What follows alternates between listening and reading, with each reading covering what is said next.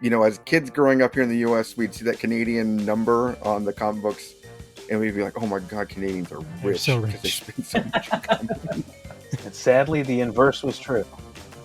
Here we go again. Welcome back, everybody, to the next episode, this episode of Comic Books and Cold Ones.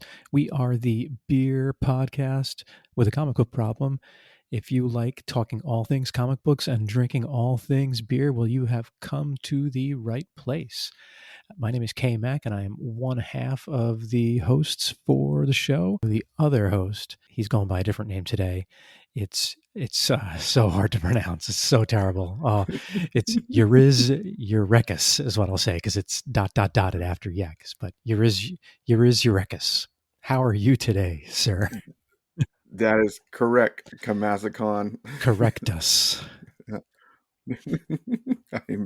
I'm doing well today. Thank you for getting it right. And if you can't guess by our unique nicknames, we are doing something interesting and fun this episode, and we'll be interviewing a creator extraordinaire, Simon Roy, however you want to say it in English or in French, Canadian, the creator of Griz Grobus and the Tale of Azkon's Heart, amongst other tales, and we'll be breaking it down with him and having a couple beers here in a little while. Yeah, we like doing this. This is our third interview, and we're really pumped for this one because this book fits with Comic Books and Cold Ones perfectly. Like, couldn't have planned it better. But anyway, before we get into that, I'll do the show info today. Yak, we'll see if I can get it right. But if you want to send us an email, our email remains cbcopodcast@gmail.com. You can find us on X Twitter at cbco_podcast. Just like our tweets, tweet to us, direct messages, whatever you want to do. And then on Instagram, we are comicbooks_cold ones. We post pictures of our comic books and our beer. I post pictures of comic books. Yuck doesn't post pictures of comic books because he doesn't own any comic books anymore. He refuses to buy them. But he posts lots of beer, and that's more than half this show. So I cover half the show. That's my part of the battle, my friend. Yes, and you do a wonderful job. I've been slacking on my comic book posting lately, so I have to get back to some of that. And today's shout out goes to East Aurora, New York. We had a unique new download from there, from the lovely suburban area of Buffalo, yeah. New York.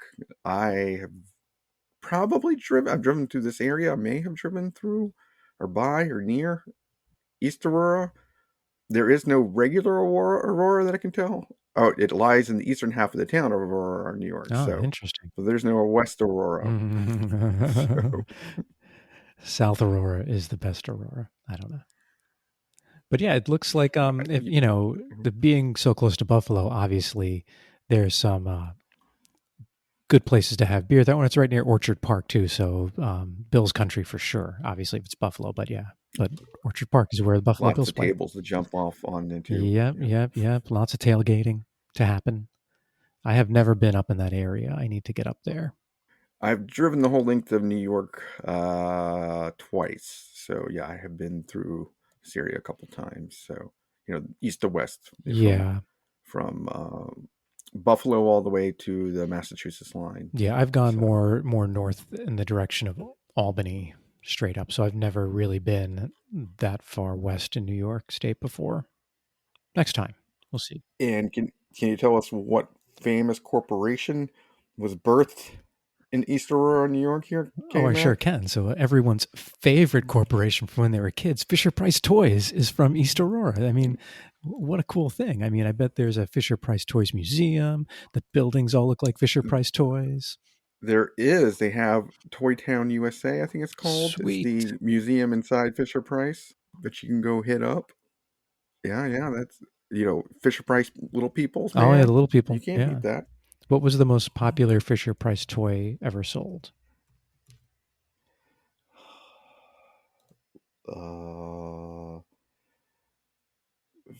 Fisher-Price replica vomit. It is. No, it's actually Barbie, which makes sense. Barbie's I Fisher-Price. didn't realize that either. No, wait, that's just the most popular toy ever Fisher Price sold. by Now, Mattel? Google is a liar. So Barbie is the most popular toy ever sold, but she's not Fisher Price. She's Mattel, right? Yeah. Yeah. Boo. Why do you lie? Why are you spreading a house of lies about East Aurora, New York, when we just got a popular I damn don't toy know. from Well, there? say goodbye to that fan.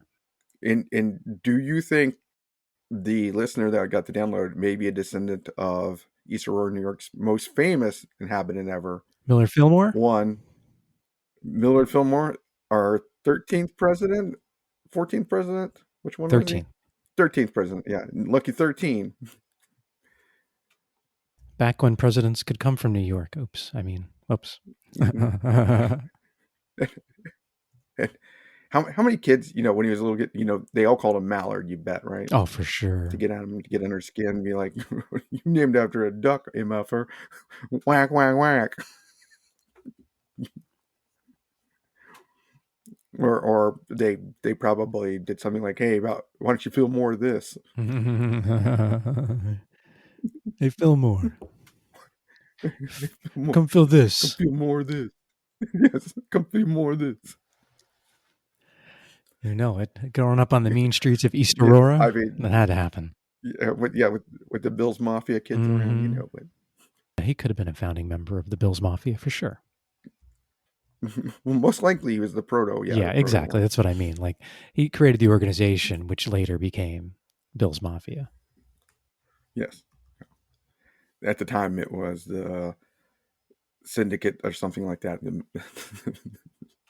The East Aurora Syndicate Protection Racket or something to that effect, which later became the Mafia. Do you know where in town Millard Fillmore was born? He was born at the Millard Fillmore Suburban Hospital.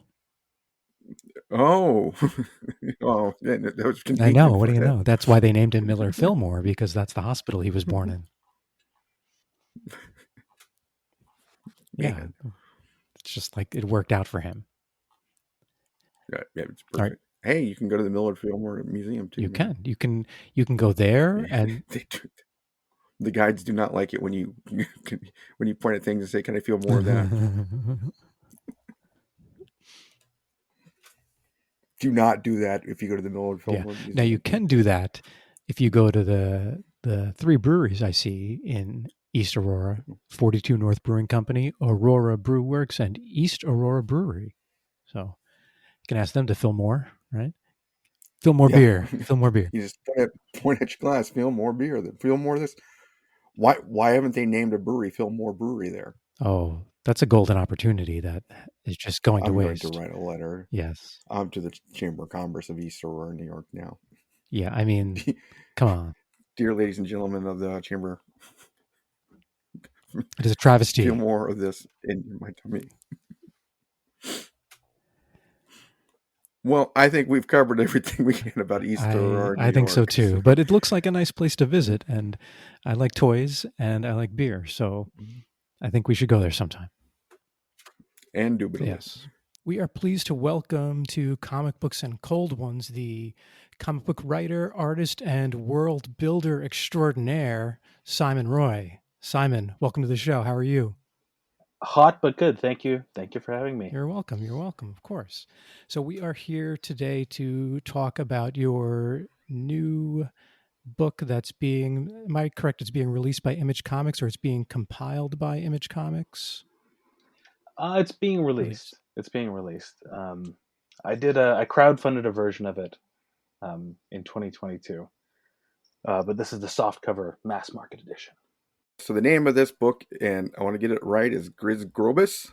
Did I say it right? Okay. Correct. So you can get it in one shot, everybody. You don't have to go hunt for back issues. This is a soft cover that you can all afford and go out and get. And to cool down Simon here, I think we should get some drinks on us so we can start peppering him with questions about this interesting comic book and our fun observations about it and all the good stuff. So K-Mac, you want to go first with what you're drinking today? I sure will. So because we're here today to talk about Simon's intellectual property, my beer is called Intellectual Property Ale. And it is made or brewed at one of my favorite breweries here down in Florida called Motorworks Brewing. It's down in Bradenton. which is about an hour and a half south of me here now. This beer comes in at 6.9% ABV. Now, I didn't realize it has a lot of IBUs. It's 85 IBUs. I'm not sure how much I'm going to like that. The other, And for Simon, that means international bitterness yes, units, not yes, we usually measure on scales of Kevin of how bitter they yes, are. and So these bitterness units you are the can't imagine. same in the United States and Canada, international. I'm not as attentive with the bitterness units of my beer, but I'm curious. So my ears are open. Yeah. I'm ready to learn. And here's something that a stat that I don't know anything about. It has 16 original gravity and 4 final gravity. Yuck. What does that mean? That is the measure of how much alcohol it has going in and how much it comes going out after it's fermented and everything. So the sugar ratios to making the alcohol going in and out. So after the boil, before you let it stand, that's the original gravity, and then after it's sitting. Okay. Now. So how thick the juice is, basically. Okay. So Cool. so does 4 mean thick juice or not thick juice? I don't remember actually. Right, one stat it's pretty low. I think 4 is pretty okay. low if I had to guess on the gravity units. But we will find out more about gravity on Simon's Griz Grobus world because I'm interested in the world building on that, Yeah. which leads me to my Wait, beer. I have one more thing. I got one more thing about my beer is that it has alpha hops from Pacific Northwest, which I'm sure Beautiful. that Simon can harvest right in his backyard. I actually used to have hops growing in the alley when I lived in Vancouver. So sometimes, Wow, yes. I knew it. that's a good side Yeah. business, man. At one time there was a hop shortage going on. Was that a little gimmick of yours to hustle some Well, it was a side neighbor. It was cash? a neighbor who just had a big vine that was growing up. I think it was like a clothesline pole, unattended. But anyways, okay. I didn't monetize it properly. That's really the sad part of the story. Well, I'm going to guess they were alpha hops since that's the only thing I know that comes from Yeah. the Northwest now. Obviously, So. alpha hops. None of them weak beta hops. So get back to my beer. I was looking for something cold and Arctic themed because that seems like the world Griz Grobus starts out in, at least. And I have never had beer from this company before, but it is 10 Bins beer out of Hyde Park, Vermont, but they're a gypsy brewer out of Clifton Park, New York. That means they come up with the formulas and then they brew it elsewhere. But it is called Northern Heights, and it's a Vermont style double IPA. I've never had a Vermont style double IPA. They're just usually New England style. But it has Warrior, Amarillo, Citra, and Mosaic hops, and it weighs in at 8% alcohol. So it's a strong boy to keep you warm in those northern lands and in adventures that we're going to be talking about today. Beautiful. My cold one is the Lone Tree dry cider. Not a ton of data aside from 100% Okanagan apples from an old growth orchard. 5.5% alcohol, and I think there's some artificial flavoring involved, but it is from Vancouver, a product of Canada, and it is ubiquitous here in the Canadian Pacific Northwest. So very nice. It's one of my favorites. What qualifies as old growth? Well, it's also if it's an old growth orchard, I think it means it's still not truly old growth because some guys had to show up and plant it. So it's still not quite right, but I guess they just mean quite old. Yes. Probably older than 21 so it can drink the cider itself. So. Yeah. There we go. That's what I'm thinking. All right, let's crack these open and get to talking some comics.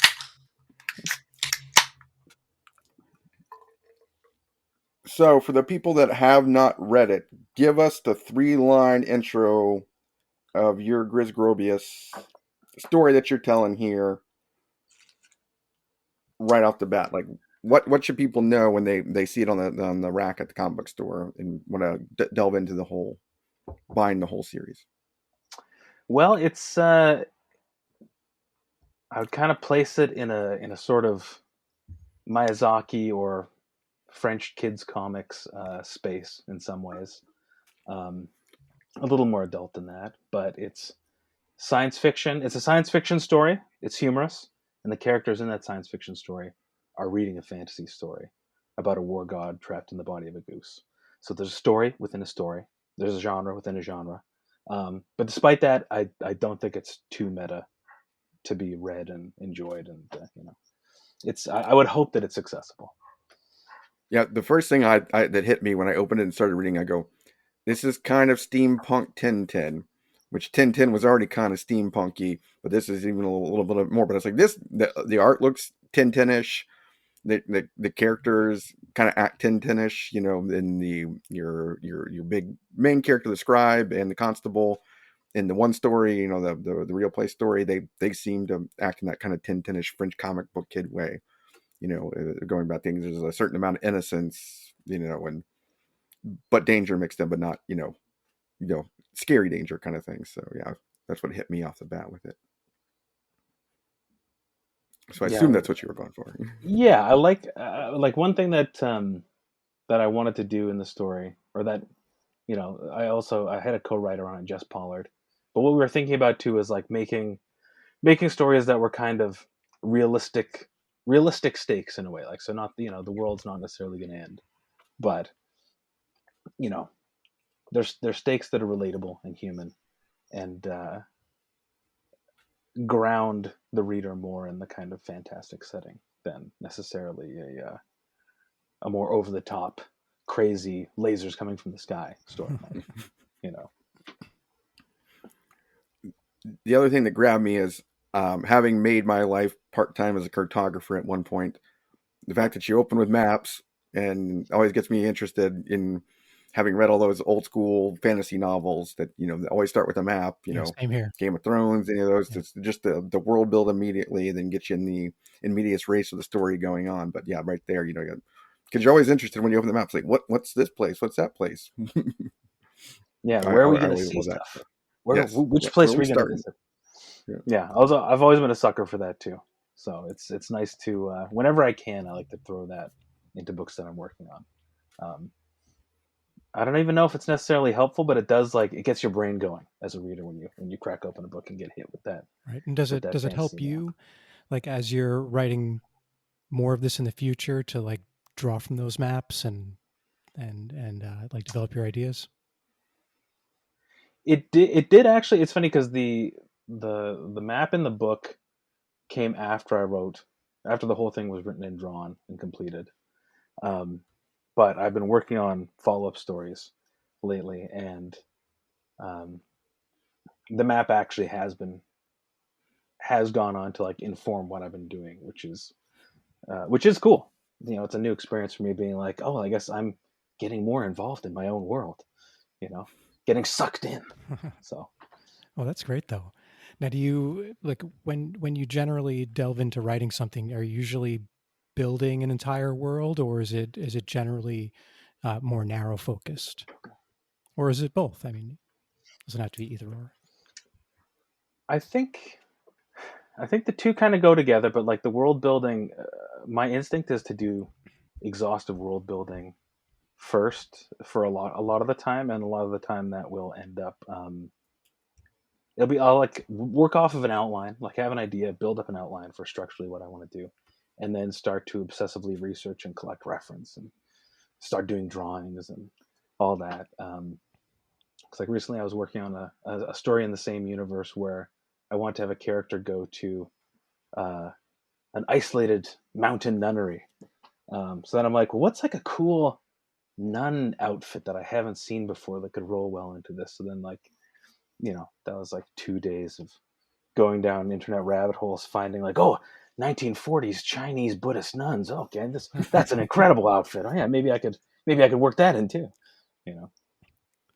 That's it. And I mean, can any of them fly though? That's my bar for nuns, is whether they can fly or not. I'm watching them not.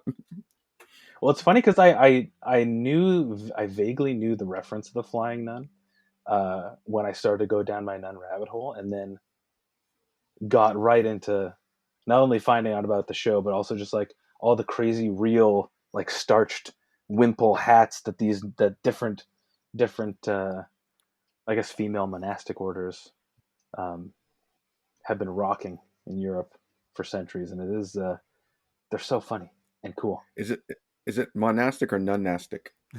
That's What's why I the proper stopped, term? because Yeah, I was is it like, It's nunastic? too much. there's something there's I think there's a third term that neither of us know here that Yeah. is the correct. And how often a day do they say you get none of this? And all the puns that they get to use every day. Come on, All day. they got to roll with that. I would hope a lot. I'd hope a Yeah, lot. because it's got to pass the day. Because they're not allowed to talk most of the monastic words. Like most of the day, like monasteries is like there's lots of silence. So when you get a talk, I assume you gotta have some good You got one-liners some ready to zingers go. ready. Yeah. Yeah, you've been cooking them all day, just sitting there in the library praying and thinking of a zinger. I like that. You gotta crack up Sister Beatrice and and Ruth. But on religion, this story has religion at the central element. Was that something you started out with to do as the story, or is that something that came in when you were coming up with the characters and saying? Because the big thing, the theme I noticed is the two stories that we got to read and the pre-read here is religion isn't what you necessarily think it is or going to get out of it in the two stories. You have the one, for spoilers, the robot who is their god coming back and not quite what it seems, and the other one with a goose war god that wasn't supposed to be a goose. Yeah. So, Yeah, I mean, I think both of those themes kind of developed as they were getting worked on, because like the Griz Grobus story started off as something else altogether. Like I got invited to do a short story for an anthology that never happened back in like 2012.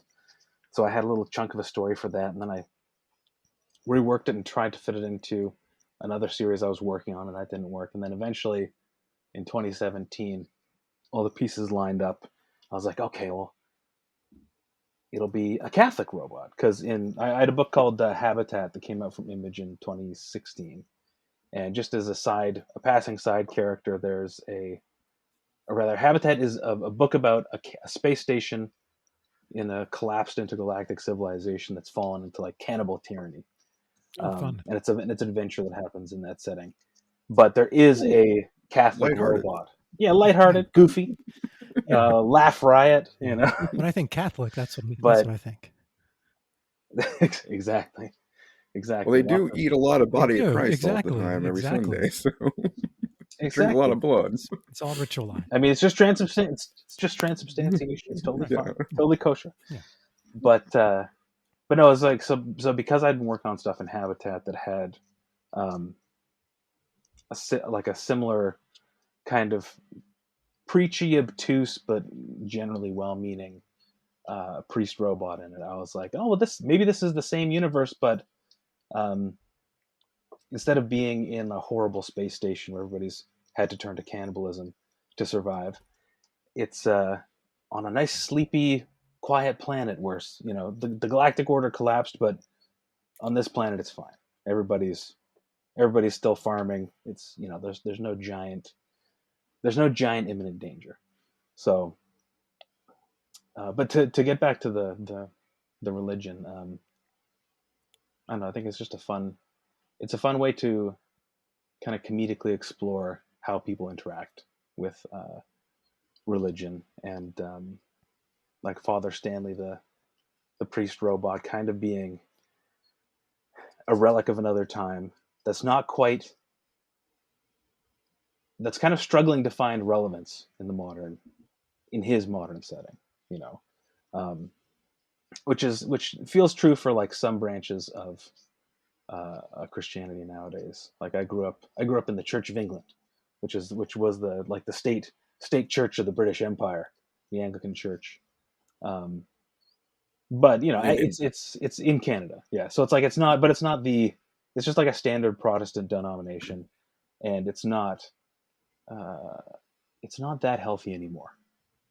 So Father Stanley, I'm thinking about that too. Like these organizations trying to find their place in a changing world. Yeah, and the Anglican Church, being founded on the principle that the king can get married and divorced, and kill off some wives. The whole point of it. Yeah. As an American, I knew you'd say that. I knew you'd say this. As an American. May struggle in a new world environment. No, I think we say Episcopalian here. Dang it. See, because in my mind, it's more about British guys being like, "Fuck the Pope, get out of here, Pope." This is true. This is Where, true. and yes, maybe the divorce and decapitation was part of it, but just one component. Just the biggest, heaviest said it one, was adamant about that part. So another one of my favorite characters is the scribe.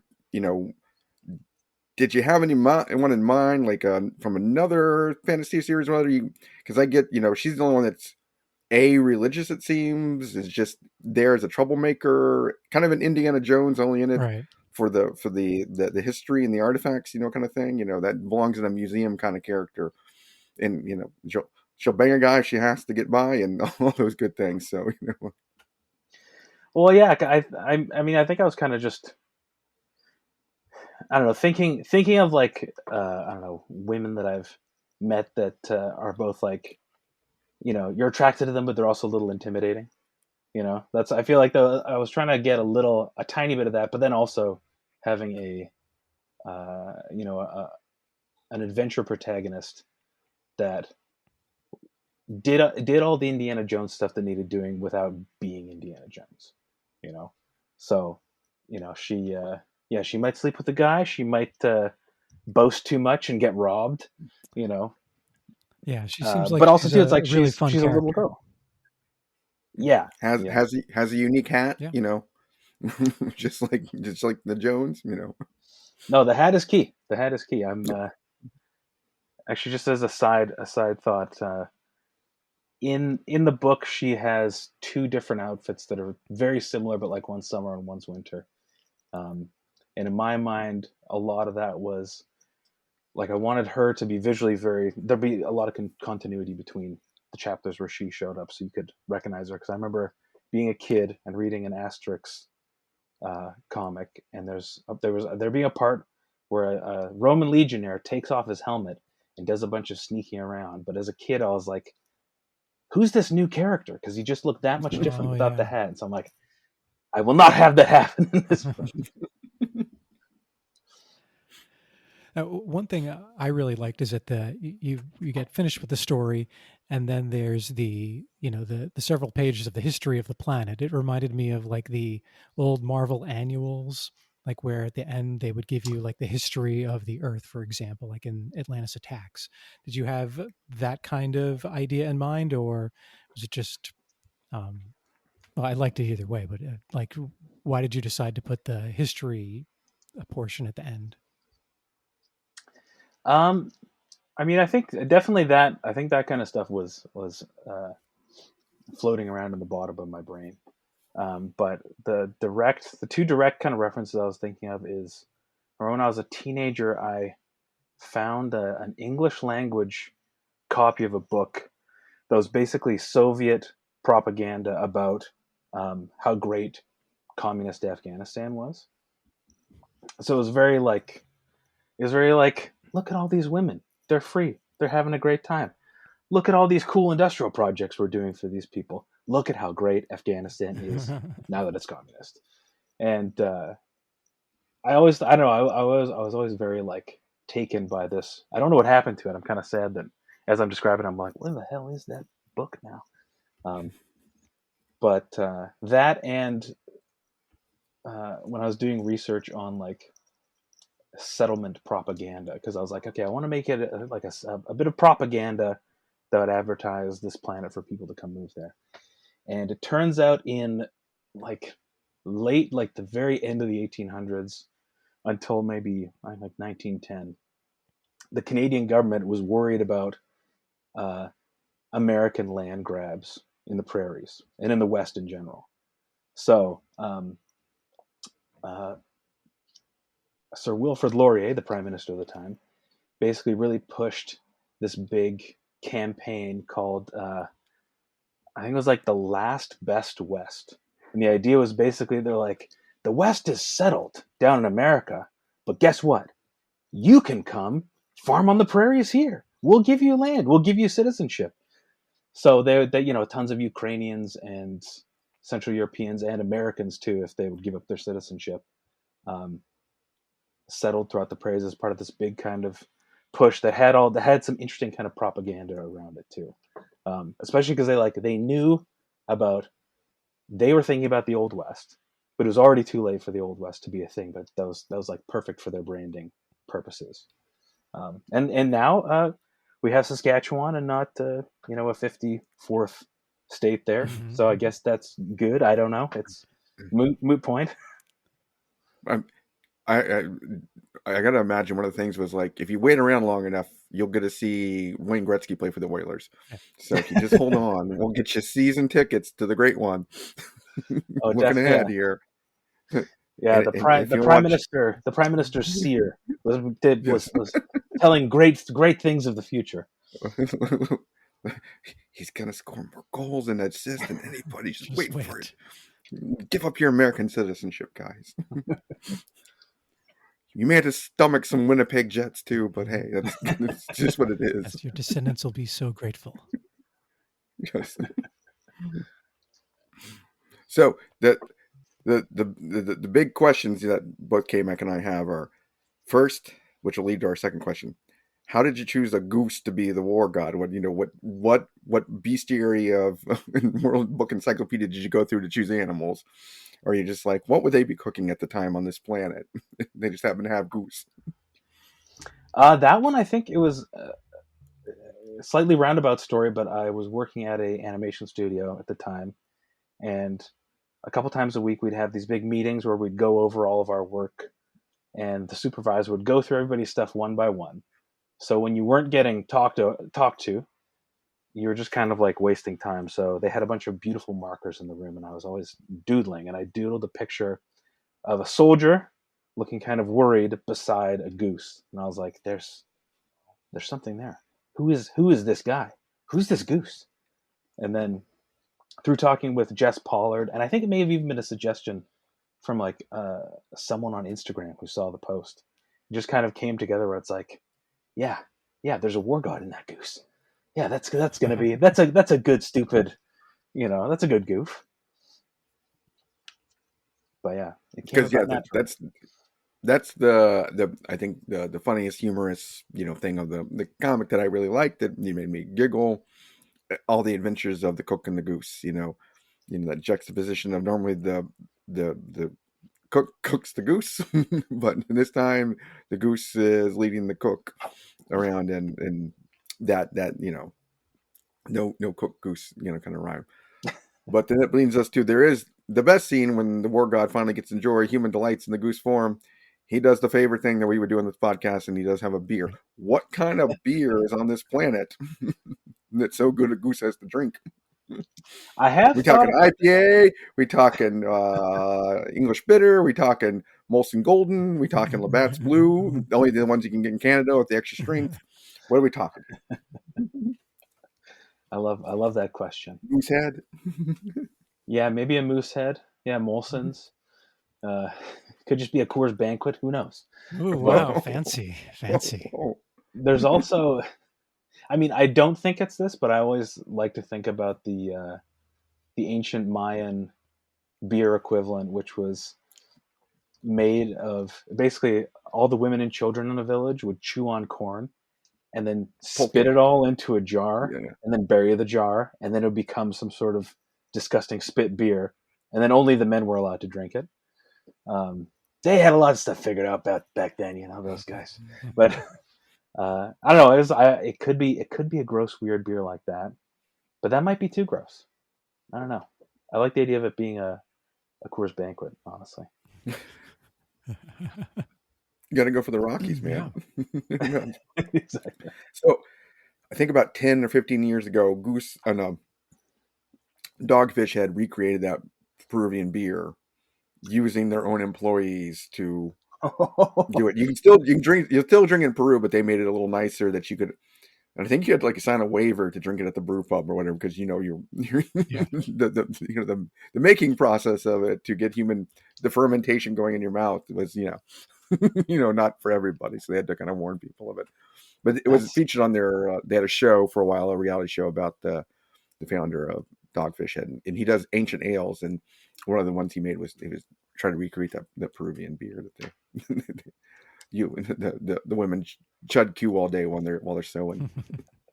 I love that. I'm just looking that up right now because the chicha. Yeah, I'm gonna have to read about. I'm gonna have to watch that Yeah. if I can. Oh yeah, From dig it up. coworker It's pretty fun. masticated purple Peruvian corn. Oh. Yes. Repulsive and wonderful.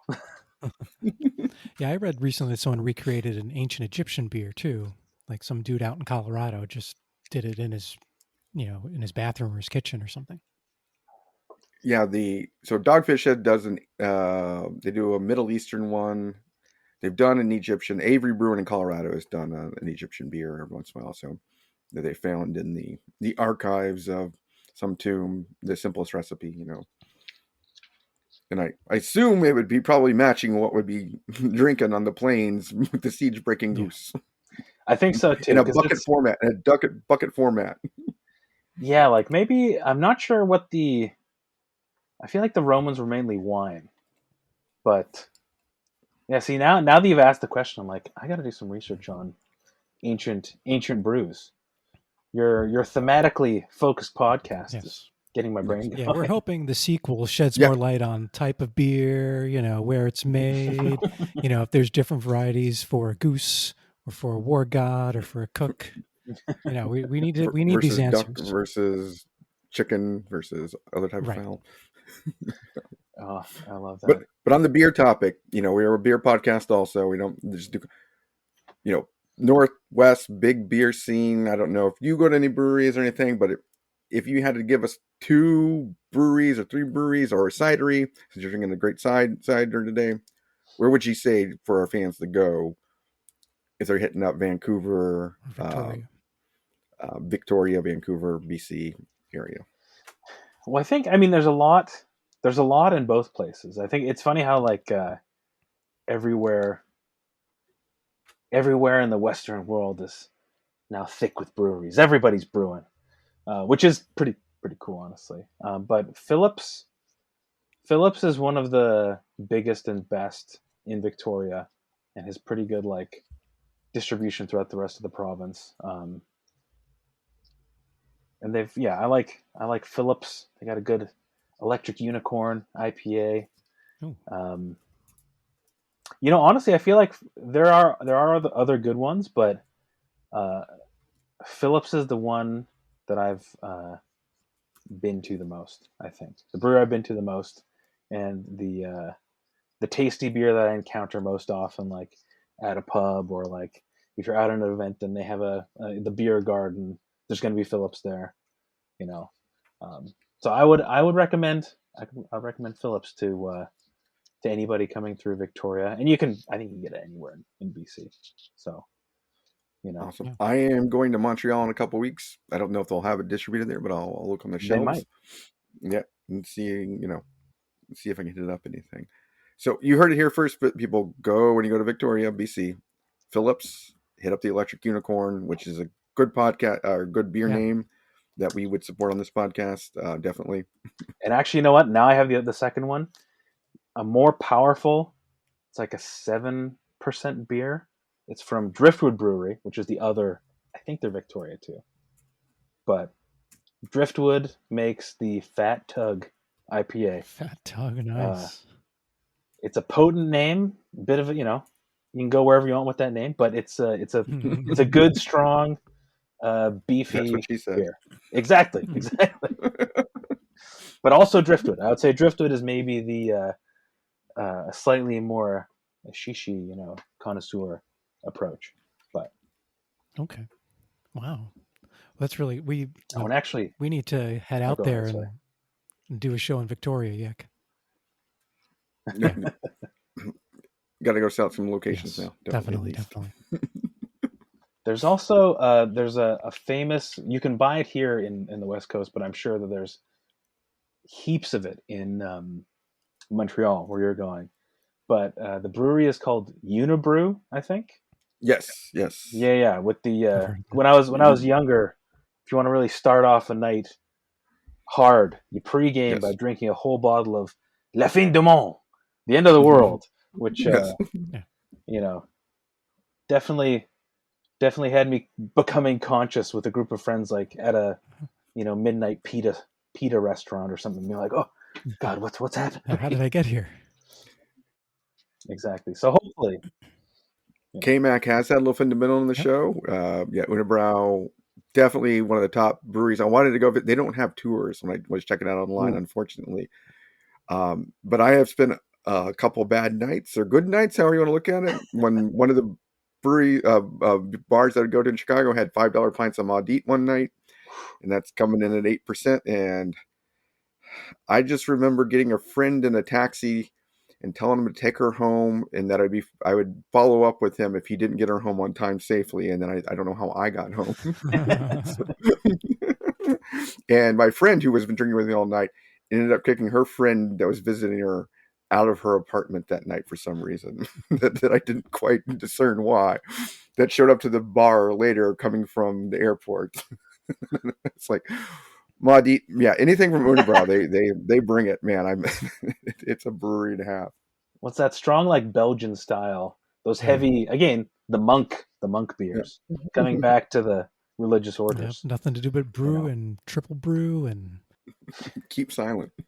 Exactly. Because if you don't keep silent, you're probably going to get mean to people when you get drunk. Yeah, the amount of fights happening in the monastery that we didn't hear about. Yeah. No one's talking about it. So this is your collection of the Griz Grobus and everything.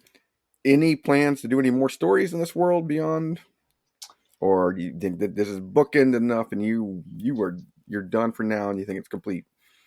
Well, you don't want George Lucas to. Well, I'm gonna George Lucas this thing straight into the ground. Yes. No, actually, here I'll show you. So because this was a Kickstarter book initially, I've done a couple more campaigns since. So I'll show a very limited print run of this book called Miramar, which similar vibes, but takes place on a different sleepy, peaceful planet.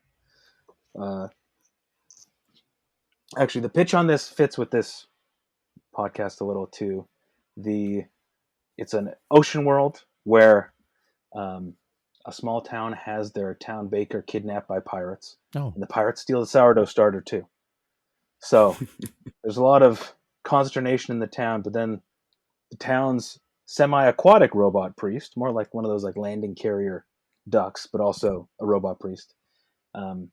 He's been getting on everybody's nerves because his reactor broke down and he has to run on an alcohol fueled generator. So all the hard liquor produced on the island, a lot has to go into it, and people are kind of getting tired of it. And he goes, guys, I can redeem myself. I've got a plan to save our baker. And then, et cetera. The story goes from there. But that's a story drawn by my friend Stefan Toshef, who's another Vancouver guy. And we might get a soft cover at some point. That was crowdfunded. And then this one I just got comps for. It's a story starring the scribe on a different part of the planet. Refugium? Yes, Refugium. And the idea with this one is she wakes up hungover on a riverboat going north in the company of a trapper who's looking for an unknown dangerous animal that's haunting the timberlands up there. And then adventure ensues from there. So it's different than Griz Grobus. There's a lot more stuff about like extraterrestrial ecology, and it kind of goes in a whole different direction. But that just a little like, or go ahead. It sounded like a little like the Ghost in the Darkness there, man, where you you get Val Kilmer out there building a railroad, and Michael Douglas comes in to hunt the lions. Exactly. Except slightly goofier. That's really the only. That's the main difference. But yeah, that finished. I finished the Kickstarter campaign for that a couple in May, or in June, one of the two. And the books are all printed in China and being shipped over. So I will be, if you have bought Griz Grobus and enjoyed it, or just read it and enjoyed it, that's fine too. I will be having some copies of Refugium up for sale in a pre-order store. in the next like month or so.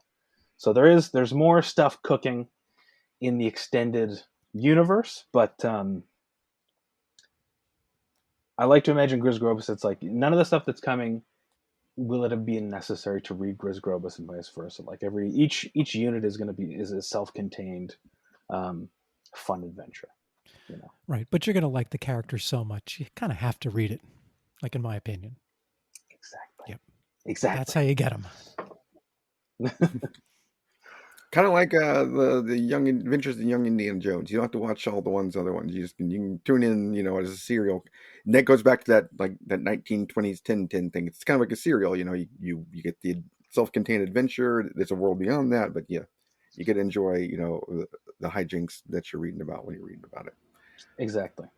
Without being bogged down by continuity. Not that continuity is always bad, but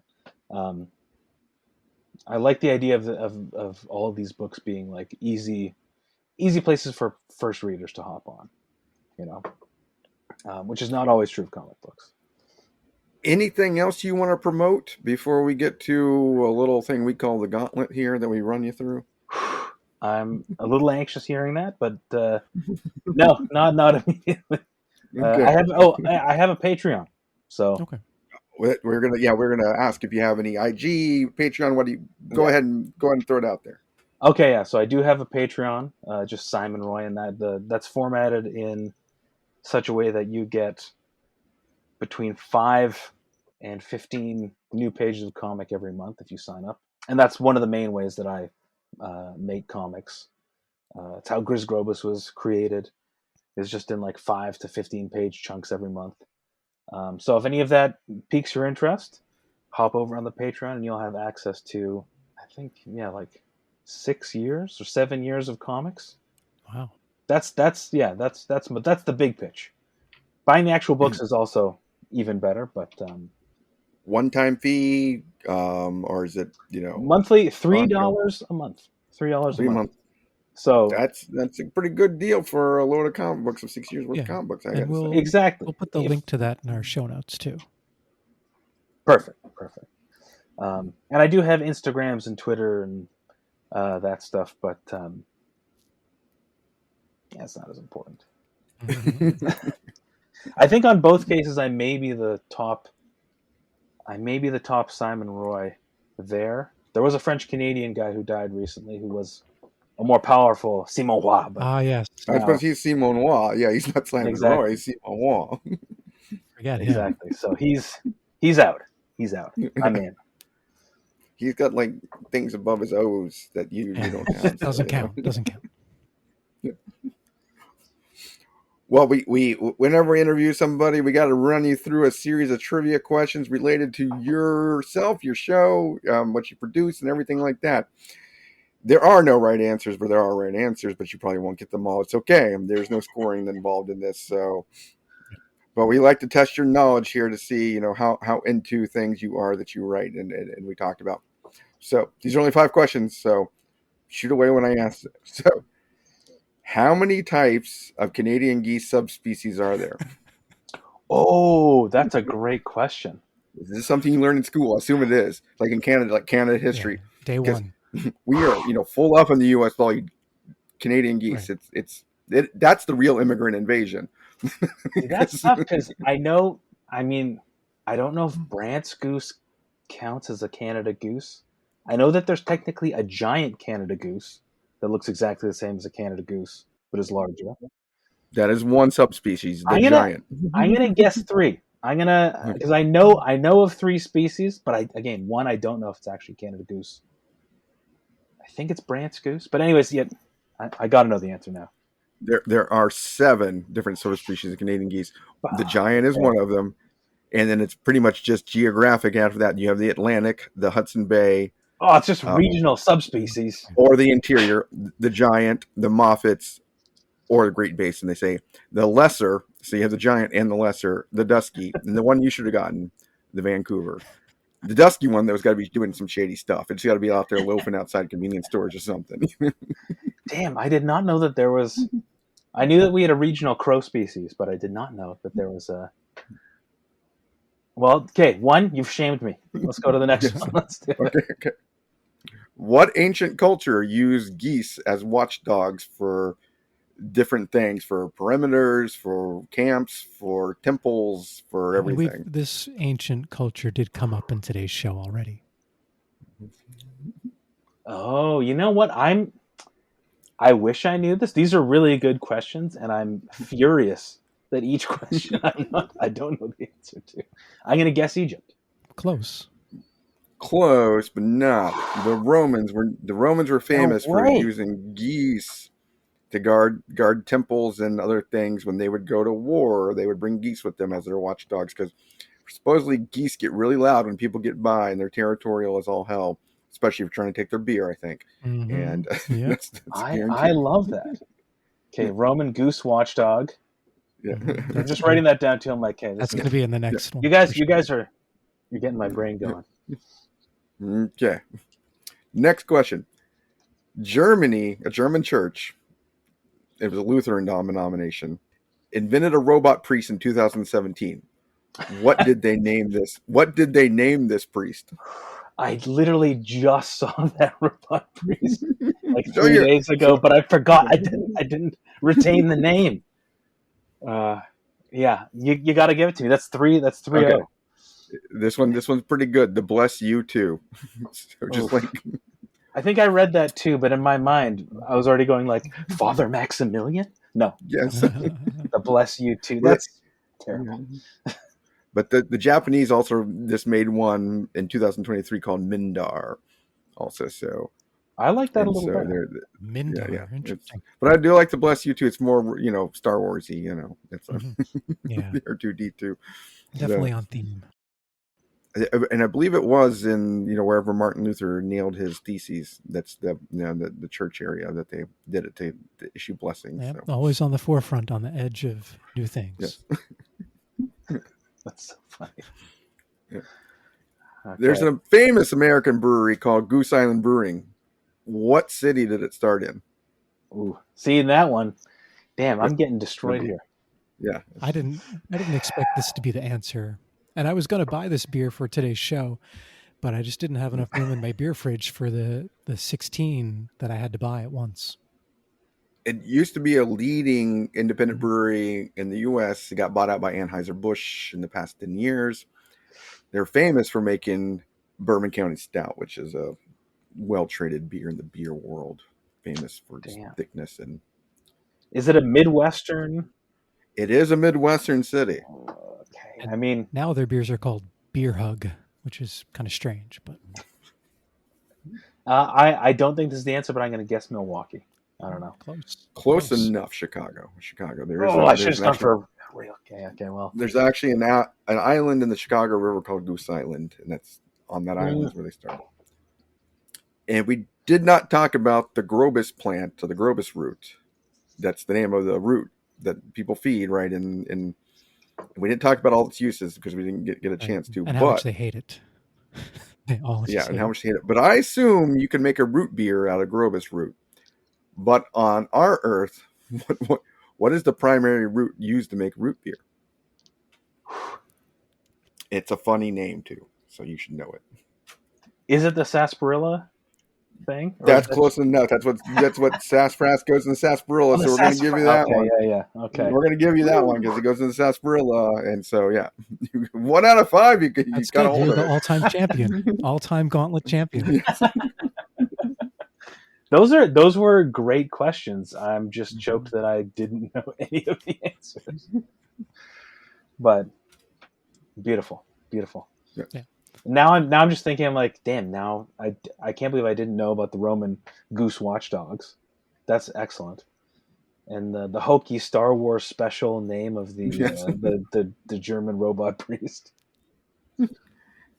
And he doesn't unlook like a little bit of a C-3PO protocol robot. He's not a gold or anything, but he can pass for protocol robots. So. Yeah, I just remember him having very expressive eyebrows.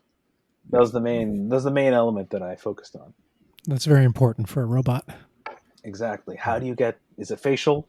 Mm-hmm. Is it body language? You gotta be doing something. Well, if everything you heard Simon talk about today sounds interesting to you, go out to your local comic book shop, go online, order you some Griz Grobus, read it all. Read also the side books that have come out after. Look for his Patreon. $3 a month, you get to read all the good stuff. We enjoyed the stories we read, and obviously, the all the interesting elements and what went into creating the world. K-Mac, you got anything? And we really have to thank Simon for including all of the beer in this story. It's great. We don't often get to talk about comic books that have so much beer drinking, and when the ultimate theme is don't make war, drink beer. It's it hits home for us. We love it. It's how we live our lives here. It's beautiful for me to hear that. Honestly, it's nice, when someone really gets the work you're putting down. That's really we live that life. But Simon, anytime you want to come back on the show, please reach out to us and let us know. We'll be glad to have you on whenever you want. Excellent. Well, yeah, thanks for having me, guys. And I've always got something cooking that I'm trying to sell to somebody, so I will be back. I will hopefully be better prepared for the Gauntlet. We'll find out. Mm-hmm. What we will see next time. We have been told by other interviewers on, in the people at Image Comics that we made the list of safe podcasts to be on.